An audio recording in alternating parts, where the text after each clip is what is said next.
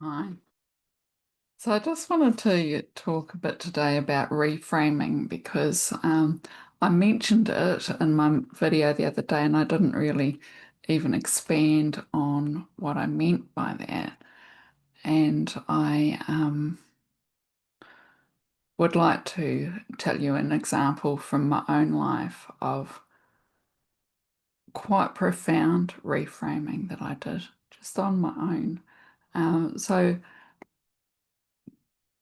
to start off with, I had this idea about my family, which is that I was surplus to requirements. And the reason that I came up with that was because um, my older sister was named after my grandmother and my mother. And my little brother was named after my father and grandfather. Well, grandfather for his first name, father for his middle name.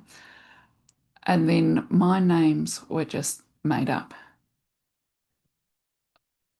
So my siblings had these names that had been passed down to them, and and they sort of looked like the people that they were named after, and it sort of was a sad story, like with my grandparents. Our grandparents, they died very young, so they died when my father he was four when his mum died, and six when his father died, and he had a terrible childhood, and so there's this new people with these names, and it sort of gave them, it felt like it gave them a bit of immunity from Dad's anger. He was a very angry young man, and nothing could really raise his ire like me.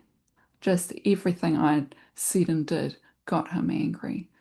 So, well, that's certainly how it felt for me, and that there wasn't mm,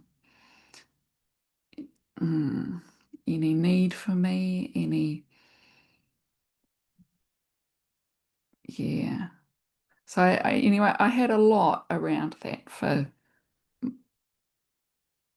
a long time, for a really long time, and then more recently, so I had this story, that there was they got their perfect boy and girl, and then there was me, other than. So then a few years ago, I were in my meditation in the morning.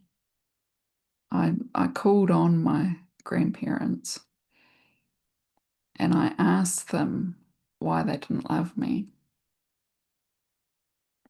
And they couldn't, it was like they couldn't be with the question, and they just shone love at me. And I was explaining to them my feelings about how you know, my siblings were special and I wasn't. And I was like, how come that? And they answered, because you are the one. So that was quite a major reframing because that gave me a place to be. Like, not maybe I am surplus to requirements, but I'm because I'm bigger than that, I'm more than that. I'm here for my own purpose. I'm not a reproduction of anyone else. Well, I sort of am. I do look a lot like both my parents, really. But yeah, that I get to be the original, the new, mm. Which has also helped me sort of go down the road that I'm going down of being a new human, of being, of feeling called, and of actually being in touch with spirit. I don't actually like to put too many labels on things, although there are some of my ancestors that I do specifically contact with. It's more universal than that. And yeah, and a lot of it could be God, the universe, whatever. But yes, so that was a major, major, major reframing for me, and it just helped me look at my whole life and all my beliefs and all my stories that I told myself in a completely different light. And so I'm just telling you because I feel like that story might help someone else. If you, because we all have our various stories of why,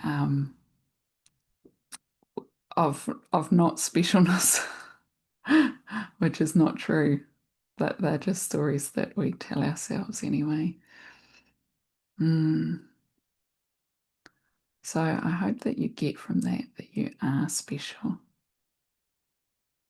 and that even me, who had extreme stories of not specialness, can be special. Yeah, thank you.